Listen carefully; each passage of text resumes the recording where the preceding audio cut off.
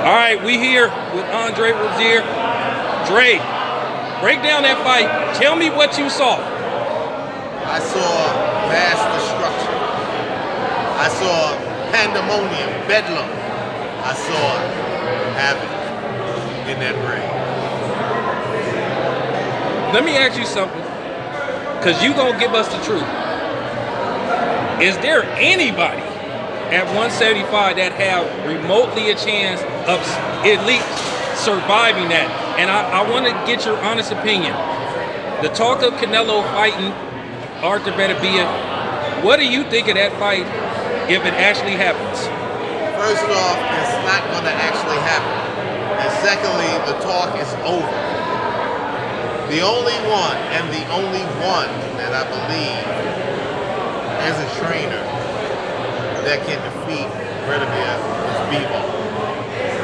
The articulation of skill, the way he controls the environment of the ring is like no other. And I would love to see that fight. That is truly the fight of power against capability and skill. And as we do know, skill pays the bills. So I don't think that anyone other than Bevo will be victorious. Do you think we could get past the politics so we can actually get that fight?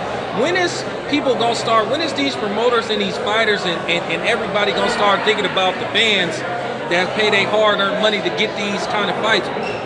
How do we get a fight like that made? It makes all the sense in the world. You're saying the most factual things right now. Your information base is fantastic, but promoters and the powers that be don't care about the fans. That's one of the problems. If they did, we'd have a bevy of fantastic fights going on. Until the fighters decide to say, this is my destiny, my career, my legacy, you won't see that happen. Okay, I wanted to ask you about the situation with Edgar Berlanga. He's supposed to be suspended for a bite. I mean, what do you make of that? Well, unfortunately, it was a moment of frustration.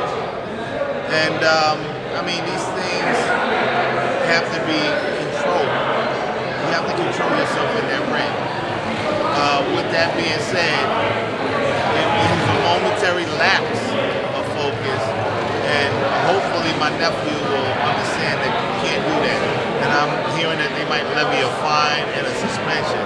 So the punishment is definitely being presented, and that should stop most everybody from thinking about making a grievous error like that in the ring. And you know, it's a bad step in the direction of boxing, but he'll learn too. He'll definitely learn too. You can't be committing fouls and thinking that there won't be a repercussion.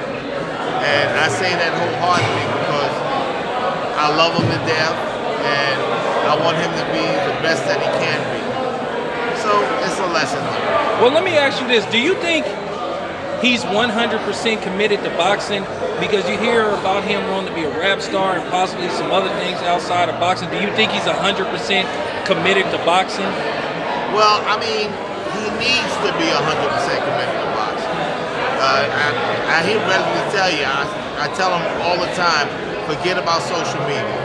Forget about everything other than you boxing. Get in the gym and work on the game plan. Focus on making sure your articulation is on point. The fundamentals are on point. The ability to control the environment of that ring is on point. And when he does that, you're going to see an amazing difference. Okay. Man, appreciate it, Dre, man. Appreciate it. Anytime. It's havoc time, baby. It's havoc time, and we are in the hurt business.